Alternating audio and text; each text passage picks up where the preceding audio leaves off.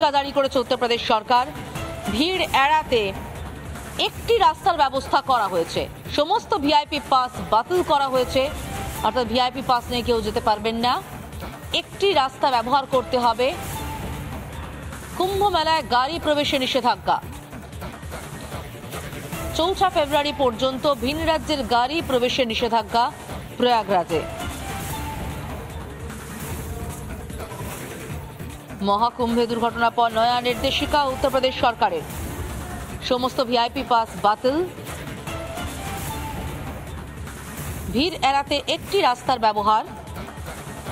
কুম্ভ মেলায় গাড়ি প্রবেশে নিষেধাজ্ঞা। ভিন রাজ্যের গাড়ি 4 ফেব্রুয়ারি পর্যন্ত প্রবেশ করতে পারবে না। আমাদের প্রতিনিধি আনন্দমোহন ঠিক কি ছবি তুলে ধরেছেন, আমরা নজর রাখবো। যদিও বাস কেমন পাওয়া যাবে, ট্রেনের ব্যবস্থা কি রয়েছে, সমস্ত বিষয় কিন্তু নজর রাখছেন প্রশাসন। তবে অন্যান্য সুবিধা যদি বলি তাহলে আমি দেখাতে বলবো এই যে ছবিগুলো, অর্থাৎ এইখানে যে ছবি দেখতে পাচ্ছি যে বিভিন্ন জায়গায় ক্যাম্প বানানো আছে, সেই ক্যাম্পের মধ্যে টেন্ট দেওয়া আছে, পানীয় জলের ব্যবস্থা করা আছে। এর ছাড়াও বিদ্যুতের যে ব্যবস্থা অর্থাৎ ইলেকট্রিসিটি সেটাও কিন্তু রয়েছে। অর্থাৎ একটা ছোটখাটো গ্রাম নির্মাণ করা হয়েছে। সেই গ্রামে মানুষ কিন্তু ছিলেন, তারা কিন্তু তাদের গন্তব্য অর্থাৎ হেঁটে তাদের যে গন্তব্য ছিল কুম্ভরাজ প্রয়াগ, সেখানে কিন্তু তারা গেছেন। তবে যে বিষয়টা হচ্ছে যে ইতিমধ্যেই গতকাল যে মৃত্যুর ঘটনা ঘটেছে, তারপরে কিন্তু ইতিমধ্যেই তদন্তের জন্য একটি কমিটি গঠন করেছে উত্তরপ্রদেশ সরকার। যদিও তারা কিন্তু সচেষ্ট ছিল যাতে কোনো রকম অঘটন না ঘটে, কিন্তু তার মধ্যেই অঘটন ঘটে গেছে। ইভেন দমকল, আমরা দেখতে পাচ্ছি দমকল ফায়ার ব্রিগেড সেটাও কিন্তু রাখা হয়েছে এই গ্রামকে কেন্দ্র করে। বিভিন্ন সেক্টরে থানার পাশাপাশি অন্যান্য যে সুযোগ সুবিধা অর্থাৎ ফায়ার ব্রিগেড থেকে শুরু করে ডিজাস্টার ম্যানেজমেন্ট সমস্ত বিষয় কিন্তু রাখা হয়েছে। তাতেও কিন্তু অঘটন ঘটে গেল এবং সেই ক্ষেত্রে প্রশাসন দাবি করছে যে অত্যধিক লোক অর্থাৎ প্রচুর মানুষ এসে যাওয়ার কারণে কিন্তু দুর্ঘটনা ঘটেছে। ইতিমধ্যেই এখন বাড়ি ফেরার পালা, অর্থাৎ বাড়ি ফিরে যেতে হবে। তার জন্য প্রশাসন কি ব্যবস্থা রাখছে সেটা এখন দেখার বিষয়। ক্যামেরা হরিসাত আনন্দমোহন, রিপাবলিক বাংলা, প্রয়াগরাজ কেন্দ্র করে। ভীষণ ভালো। কালকের ঘটনা আমাদের কোনো এফেক্ট করেনি।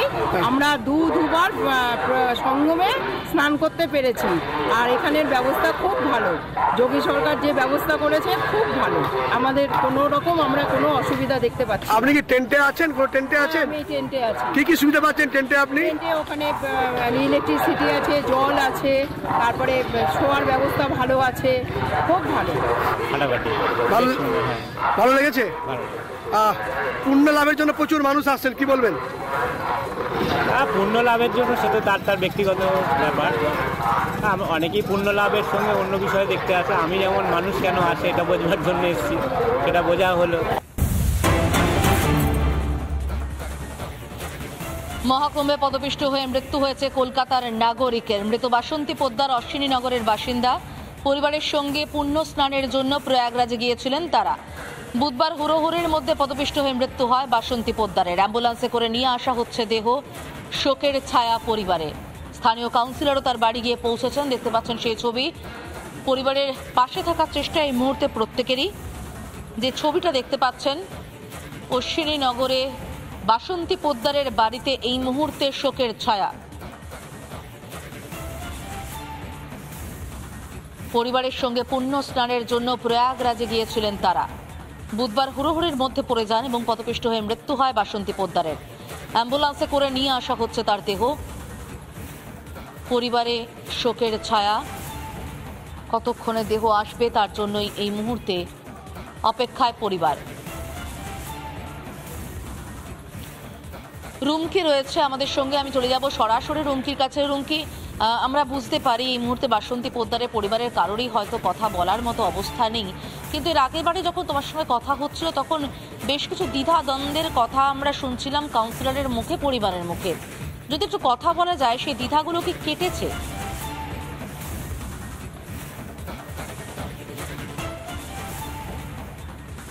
দেখো এখনো পর্যন্ত যেমনটা জানা যাচ্ছে যে দ্বিধাটা তৈরি হয়েছিল যে উত্তরপ্রদেশ প্রশাসনের তরফ থেকে কি কি ব্যবস্থা নেওয়া হচ্ছে। কাউন্সিলর তিনি এসেছেন, পরিবারের সঙ্গে কথা বলেছেন, যে দ্বিধা তৈরি হয়েছিল যে উত্তরপ্রদেশ পুলিশের তরফ থেকে কি কি ব্যবস্থা নেওয়া হয়েছে। যে বিষয়টা জানা যাচ্ছে উত্তরপ্রদেশ পুলিশের তরফ থেকে শুধুমাত্র বডি হ্যান্ডওভারের একটি কাগজ পরিবারকে দেওয়া হয়েছে, কোনো রকম কোনো ডেথ সার্টিফিকেট কিন্তু পরিবারের হাতে দেওয়া হয়নি। এবং কাউন্সিলর তিনি কথা বলেছেন, পরিবারের সদস্যদের সঙ্গে তিনি কথা বলেছেন, অর্থাৎ যারা রয়েছেন তার সঙ্গে দেহের সঙ্গে যারা রয়েছেন তার ছেলে মেয়ে বাসন্তী পোদ্দার এবং তার ছেলে, তার মেয়ে এবং তার বোন গিয়েছিলেন। তার ছেলে এবং সঙ্গে কথা বলে জানা গিয়েছে যে উত্তরপ্রদেশ পুলিশের তরফ থেকে শুধুমাত্র একটা বডি হ্যান্ডওভারের কাগজ দেওয়া হয়েছে, এর ব্যতীত আর কিছু দেওয়া হয়নি। সেই জায়গা থেকেই কাউন্সিলের সঙ্গে আমরা যখন কথা বলছিলাম তিনি বললেন তাই প্রথমে দেহ নিয়ে আসা হবে গলফ গ্রিন থানায় এবং সেখান থেকে দেহ তারপরে সিদ্ধান্ত নেওয়া হবে যে ময়নাতদন্ত হবে কি না। তবে পরিবার এই মুহূর্তে শোকাহত। কথা বলে আমরা যেমনটা জানতে পেরেছি, তারা জানতে পেরেছেন বুধবার দিন সকালে এবং তারপর থেকে তারা ক্রমাগত যোগাযোগ করছেন এবং এই মুহূর্তে তারা অ্যাম্বুলেন্সে করে আসছেন। যেমনটা জানা যাচ্ছে এখনো পর্যন্ত আসানসোলে রয়েছে সেই অ্যাম্বুলেন্স এবং প্রথমে সেই দেহ নিয়ে যাওয়া হবে গলফ গ্রিন থানায়, তারপরে পরিবারের হাতে দেওয়া হবে দেহ। তবে তারা বলছেন শাহী স্নানে রবিবার তারা বেরিয়েছিলেন, সোমবার তারা পৌঁছন এবং বাকিরা যারা ছিলেন তাদের সঙ্গে যখন শেষবার কথা হয় তখন রাত 12টা, সেই সময় তারা যাচ্ছিলেন শাহী স্নানের উদ্দেশ্যে এবং যে ঘটনা ঘটেছে দুপুর 2:20 নাগাদ, সেই ঘটনায় তিনি পদপিষ্ট হয়েছেন এবং পদপিষ্ট হয়ে মৃত্যু হয়েছে। এবং আরও একটি টালবাহানার কথা শোনা যাচ্ছে, দীর্ঘক্ষণ নাকি দেহ পড়েছিল, তারপরে দেহ নিয়ে যাওয়া হয় হাসপাতালে এবং সেখান থেকে শুধুমাত্র একটি কাগজ দিয়ে তাদেরকে ছেড়ে দেওয়া হয়। এই নিয়ে কিন্তু পরিবারের তরফ থেকে একটা বক্তব্য শোনা যাচ্ছে এবং কাউন্সিলর যেমনটা বললেন তিনি রয়েছেন এবং তিনি ব্যবস্থা নেবেন এবং তিনি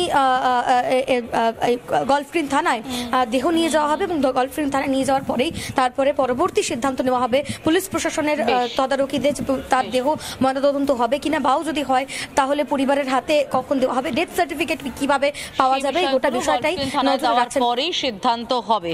আপাতত তোমাকে ধন্যবাদ রুমকি। স্থানীয় কাউন্সিলর তুমি যেরকমটা বলছিলে তপন দাশগুপ্ত তার বাড়িতে গিয়েছিলেন, তপন দাশগুপ্ত কি বলছেন বাড়িতে গিয়ে এবং একই সঙ্গে পরিবারের সদস্যরা তারা কি বলছেন আমরা শুনবো।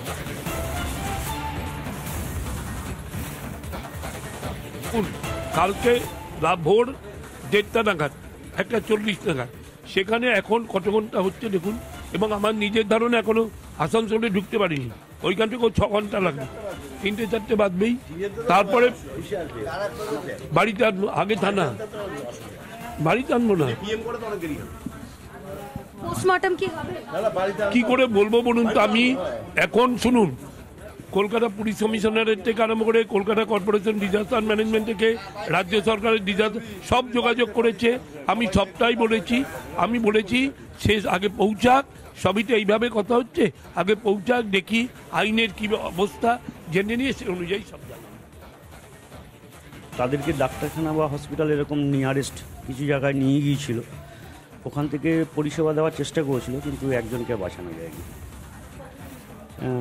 এদের টিমে ছিলেন 4 জন এবং যে মারা গেছেন তার ছেলে, তার মেয়ে আর আমার মা, তার মাসি, বড় মাসি এই ছিলেন এবং আমার যে মাসি সেই মারা গেছেন আর কি। বাকিরা মোটামুটি এখন একটু সুস্থ আছেন, তারা আসছেন অ্যাম্বুলেন্সে করে, তো রাস্তার জ্যামের জন্য একটু দেরি হচ্ছে। আজকেই নিয়ে আসা হবে, কারণ কালকে রওনা দিয়েছে তারা, মোটামুটি অ্যাপ্রোচ ওই 2:30-3টে নাগাদ ওখান থেকে রওনা দিয়েছে।